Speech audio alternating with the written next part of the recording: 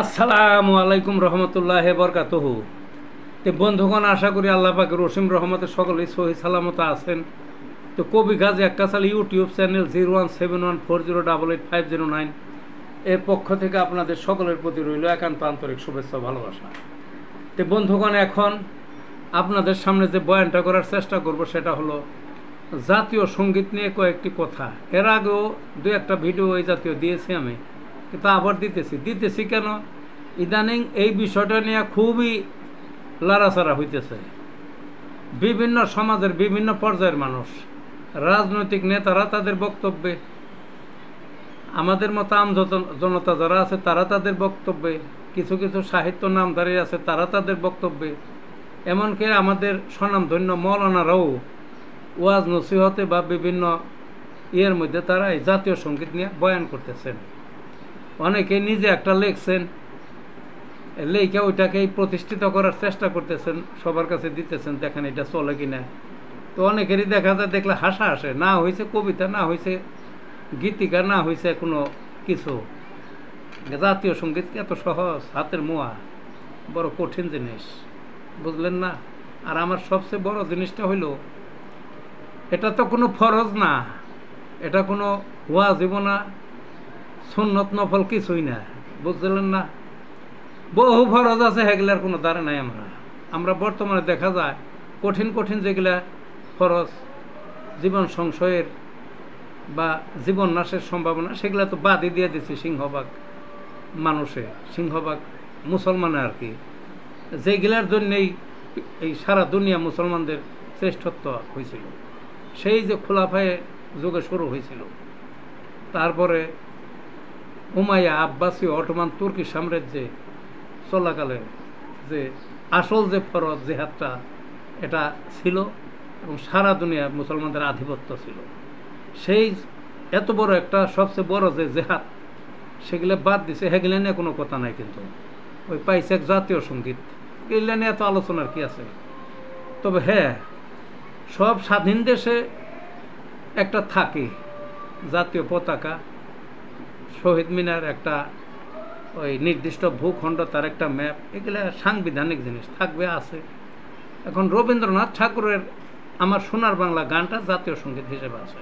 তা আমার আশ্চর্য লাগে যে অনেকেই বলে উনি চোর, মানে তারা চোর বলে যে উনি অমুকেরটার থেকে নকল করে লিখছে, এবং উনির যে সার্বিক লেখা আছে এর মধ্যে পৃথিবীর অন্য অন্য কোনো ভাষাভাষীর লেখক সাহিত্যিক আছে, তাদেরটা নকল করিয়া বা চুরি করিয়া বা অনুবাদ করিয়া নিজের নামে চালাইছে। এগুলা কি? কবিগুরু তো কবিগুরুই, বিশাল মাপের কবি। তো যারা তার উপরে লেখাপড়া করছে, পিএইচডি করছে, তারা না জানে উনি কত বড়, বুঝলেন না? ওনার আবার চুরি করা লাগে নাকি? একটা না 63 বছর তিনি লেখছেন। মানুষের জীবন চেতনার এমন কোনো দিক নাই যে বিষয়ে তিনি পদচারণা না করছেন। তিনি যে ছোট গল্পগুলো লিখছেন, আজও বাংলা সাহিত্যের শ্রেষ্ঠ ওনারগুলি। তিনি যে কবিতা লিখছেন, গান লিখছেন, এগুলো শ্রেষ্ঠ। কে তাকে টেক্কা দেবে? যেমন সংখ্যার দিক থেকে, তেমন ভাব গাম্ভীর্য বা ওই অর্থবোধকের দিক থেকে শ্রেষ্ঠ। তিনি যে নাটক লিখছেন, কে পাল্লা দেবে তার সাথে?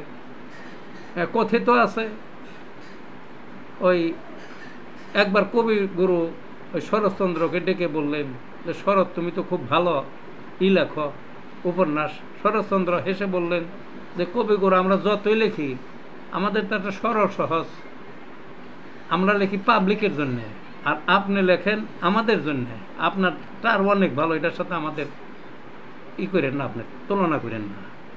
তো যাই হোক, সবাই তারা মাইনে নিচ্ছে কবিগুরু হিসাবে। তিনি অনেকগুলো উপাধি পাইছেন, ওই বিশ্ববরেণ্য কবি, কবিগুরু, ওই আর নোবেল পুরস্কার তো পাইছেন, আরও বিভিন্ন উপাধি আছে তার। ওই বিভিন্ন বিশ্ববিদ্যালয় থেকে ওই আমলে ওই আপনার পিএইচডি পাইছে, ব্রিটিশে নাইট উপাধি দিয়েছিল, আরও বিভিন্ন পদে ভূষিত উনি। সারা দুনিয়া বিচরণ করছেন, তিনি জমিদারি করছেন। কীভাবে লেখছে তো আমি তো জানি না। তিনি তার যারা সমালোচক তারা একমাত্র চীনের প্রাচীরের সাথে ওনার এই রচনাবলীকে তুলনা করছেন, যে বিশাল একটা চীনের প্রাচীর উনি নির্মাণ করে গেলেন। মানবের যারা সাহিত্যমদী তারা এই খনিতের থেকে যুগে যুগে উঠে তারা এগুলা ভোগ করছেন। আর এদের বলা হয় চোর। তিনি যে ওই এক ঘন্টার মধ্যে কয়েকটা করে কবিতা লিখছেন, এরকম অনেক প্রমাণ আছে, বুঝলেন না? ওনার এই সোনার বাংলা একটা সাধারণ লেখা, ওনার সার্বিক লেখার মধ্যে এটা আবার চুরি করা লাগে না এখন। তবে হ্যাঁ, কইতে পারেন যে কোনোটা আগের স্তবকের সাথে কিছু মিলছে, মানে এর তো মিলবেই। ওই এই মানুষের তো চিন্তা চেতনা সীমাবদ্ধ, মানে একজনে যেটা চিন্তা করলো আগে এই চিন্তার বা থাকতেও পারে, তাই বলে হুবহু নকল করছে বা নকল দিলে তো বলা যাবে না। মানে আমিও তো লিখি, মানে আমার কেউ লিখতে পারে, আমি তো কেউটা পড়ি না কেন? পড়লে আবার ওই ভাবটা এসে যায়, হয়তো নকল হয়ে যাবে। তো তারপরও যদি কেউর সাথে কোনো কিছু মিলবেই তো। একজন যদি অনেক লেখে তার তো কিছু মিলতেই পারে, থাকতে পারে। আর একজন একটা চিন্তা করছে, ওই চিন্তা যা আর কেউ করা যাবে না, তাও তো কোনো গ্রহণযোগ্য না। কাজেই আপনারা বলেন ওই এইভাবে বিতর্ক না করে, কবিগুরুকে চোরমোর না কইয়া এই সমস্ত তারাকেই না করলে, দেখেন আরেকটা কথা না বললে নয়। 1913 সালে গীতাঞ্জলি লেখে তিনি ওই নোবেল পুরস্কার পেলেন 1913 সালে। আর উনি মারা গেলেন এই দ্বিতীয় বিশ্বযুদ্ধের সময়, অনেক পরে। এই গীতাঞ্জলি লেখার পরেও তো অনেক কাব্যগ্রন্থ লিখছেন তিনি, অনেক গান লিখছেন, অনেক কিছু লিখছেন, সবই লিখছেন। বলাকা পুরবী পুনশ্চ জন্মদিনের শেষ লেখা সহ আর বহু কাব্য এই যে তো লিখলেন। বলাকা লিখলেন গীতাঞ্জলি 1913 সালে, বলাকা 1922 সালে। 22 সালে যে বলাকা কাব্য লিখছেন, এই বলাকার মান তো গীতাঞ্জলি অনেক ভালো। তো ওনাকে কি পুরস্কার দেবে? নোবেল, পৃথিবীর যে সর্বশ্রেষ্ঠ পুরস্কার, নোবেল তো আগে দিয়েই দিচ্ছে, ওনাকে আর কি দিবে? তো উনি তো এই নোবেলের পুরস্কারের উপযুক্ত ছিলেন না। নোবেলের চেয়ে যদি আরও কিছু বড় থাকতো সেটার উপযুক্ত ছিলেন তিনি, এটা মনে রাখতে হবে। তো তাকে চোর মোড়ার বলা যাবে না, এভাবে খাটো করা যাবে না। আপনারা যদি তার লেখা যদি না রাখতে চান তাহলে না রাখবেন। আর এক একজনে তুলনা করবেন না। এক একজনে দেখছি ওই আপনার তার এক লাইন পরে লেখা আর কবিগুরুর এই আমার সোনার বাংলার এক লাইন পরে, আবার তার এক লাইন পরে এটার এক লাইন পরে, মানে তুলনা করে যে ওটার চেয়ে আমারটা কম না। এটা কিছুই তো না, এগুলো তো কিছুই হয় নাই। কবিগুরুর যে সোনার বাংলা কি না আছে, বাংলাদেশের পুরা ফোকাস সব কিছু আছে। কেউ কয় যে উনি এই বাংলাদেশের লোক ছিলেন না, বা উনি সময় দেশ স্বাধীন হয় নাই, ইত্যাদি অনেক কিছু।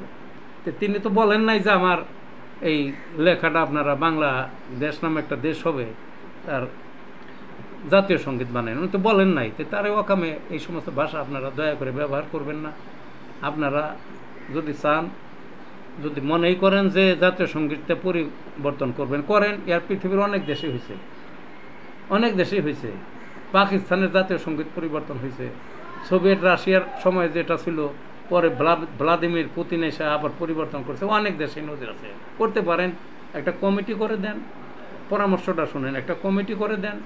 ওই কমিটির মধ্যে যাদের প্রয়াত আমাদের যারা বড় বড় সাহিত্যিক ছিলেন তাদের তো লেখা বই আছে, তো ওইখান থেকে যেটা ভালো মনে করেন ওটারে কমিটিতে বাছাইয়ের মধ্যে আনেন।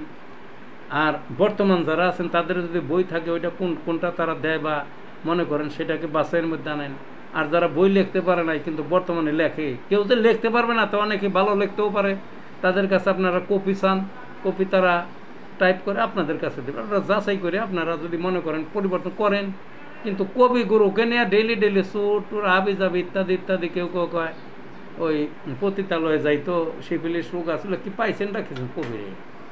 হ্যাঁ, পাইছেনটা কি আপনারা? তো এই সমস্ত বাদ দিয়ে ওই কমিটি করে তারপরে যারা যে এখন খুব আগ্রহী জাতীয় সঙ্গীতের নিজের লেখাটা আসুক, এতে তারাও পাঠাইব। এগুলো আপনারা ওই একটা কমিটিতে বাছাই করে একটা নির্ধারণ করেন। আগেরটা যদি না রাখেন, আর যদি রাখবেন। তো এই কথাতে আমার অনুরোধ থাকবে, এই কবিগুরুকে নিয়ে এই টানা হিসড়াটা না করাই আমার পক্ষে আমি আর কি সেই অনুরোধটা করলাম। কবিগুরুকে নিয়ে আর ছোটো বানানোর চেষ্টা করেন না, নিজেরাই ছোট হয়ে যাবেন। ভালো থাকুন বন্ধুরা।